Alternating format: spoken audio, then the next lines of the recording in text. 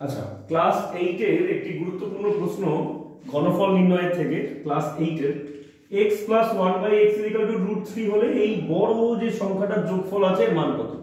তো কিভাবে করব আমরা? সবার আগে x + 1/x √3 এটাকে আমরা কিউব করব।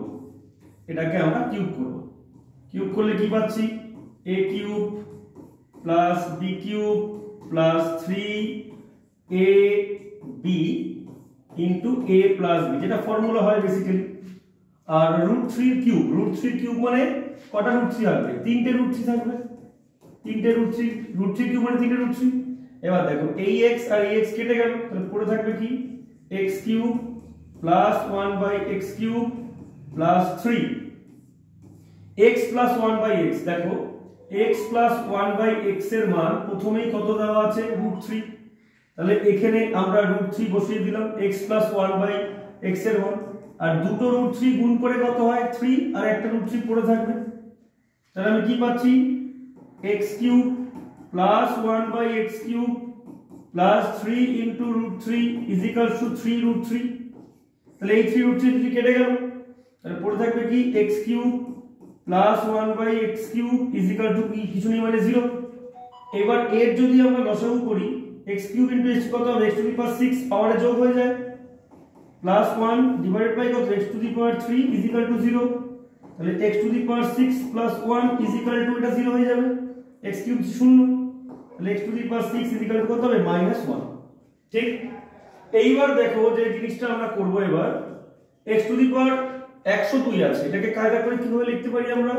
এই যে x⁴ 102টা আছে, এটাকে আমরা 6 এর কিছু পাওয়ারে লিখব। এমন ভাবে লিখবো যাতে 6 এর কিছু পাওয়ারে যায়। কি লিখবো আমরা? দেখো তো আমরা এখানে লিখলাম হচ্ছে গিয়ে 7/6⁻17। 6 × 17 102 হয়। এটাকে কিভাবে লিখবো? x⁶5। তারপর লিখবো x⁶4, কারণ 4 × 6 = 24, 4 × 5 = 30। x⁶ পাওয়ারে কত? 3, আর x⁶ পাওয়ারে কত? 2, আর x⁶ ঠিক সব 6, কারণ x⁶ এর ভ্যালু -1 আছে। এবার আমরা কি করব? -1 এর পাওয়ারে কত? 17, -1 এর পাওয়ারে কত? 5, -1 এর পাওয়ারে কত? 4, -1 এর পাওয়ারে কত? 3, -1 এর পাওয়ারে কত? 2, আর এটা শুধুই -1। ঠিক। তাহলে আমরা দেখতে পাচ্ছি এখানে যে জিনিসটা আসবে, এখান থেকে দেখছি আমরা -1 এর পাওয়ারে 17, মানে মাইনাসের পাওয়ারে বিজোড় সংখ্যা আছে, তাহলে সেটা -1ই থাকবে। -1 এর পাওয়ারে 5 বিজোড় সংখ্যা, -1ই থাকবে। -1 এর 4 আছে জোড় সংখ্যা, তাহলে প্লাস হয়ে যাবে। -1 এর পাওয়ারে কত আছে? 3 আছে, তাহলে বিজোড় সংখ্যা, মাইনাস থেকে যাবে। -1 এর পাওয়ারে 2 আছে, প্লাস থেকে যাবে, আর মাইনাস তো মাইনাস।